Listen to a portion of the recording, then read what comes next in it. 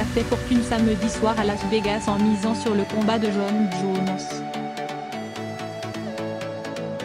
La cote de son challenger, Anthony Smith, 31-14, était de plus 600 $ gagnés pour une mise de 100, mais il aurait fallu un miracle pour que le combat ne ressemble pas à une séance de sparring pour le champion en titre des lourds légers.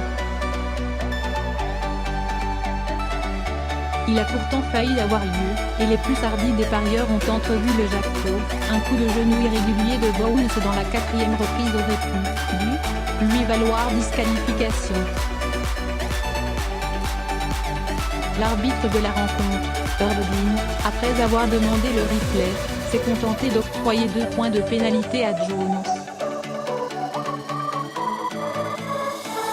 Je sais que certains vont m'accuser d'avoir triché, mais j'ai juste fait une erreur, et certaines règles différentes selon les États sont assez perturbantes pour les combattants.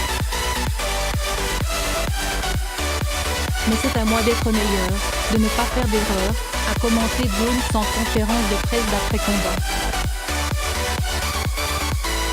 Fair play, Smith a refusé de prétexter qu'il ne pouvait reprendre le combat.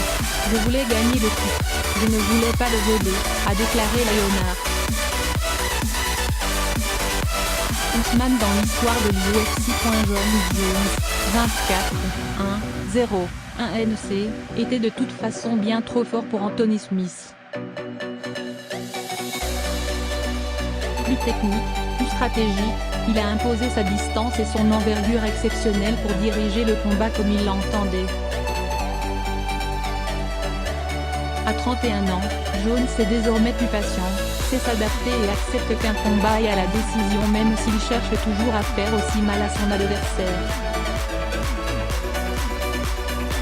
Au terme d'un affrontement écrit à l'avance, Jones se décroche par décision, 48-44 x 3, une 12e victoire dans un combat de championnat, à une longueur du record détenu par Georges Saint-Pierre.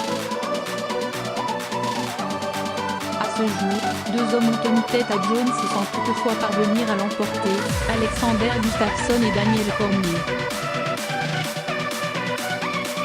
La sensation de la soirée est venue de la victoire de Kamaru Usman, 15-1, sur Tyron Woodley, 19-4-1. Le Nigérian devient le premier Africain à s'emparer d'une ceinture UFC. Il a dominé physiquement et tactiquement le désormais ex-champion des welter pour s'imposer par décision unanime, 50-44, 50-44, 50-45. Plus puissant, il a littéralement marché sur son adversaire, l'empêchant de s'organiser.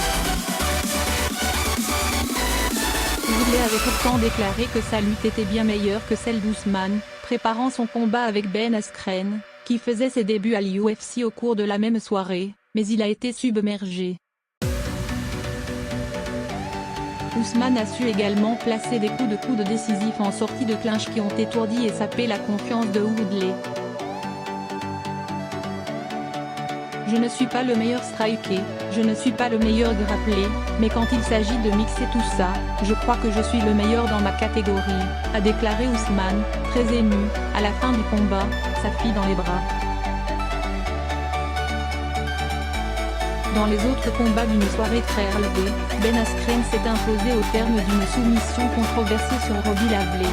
La sensation Johnny Walker a encore fait parler la foudre pour s'imposer par KO.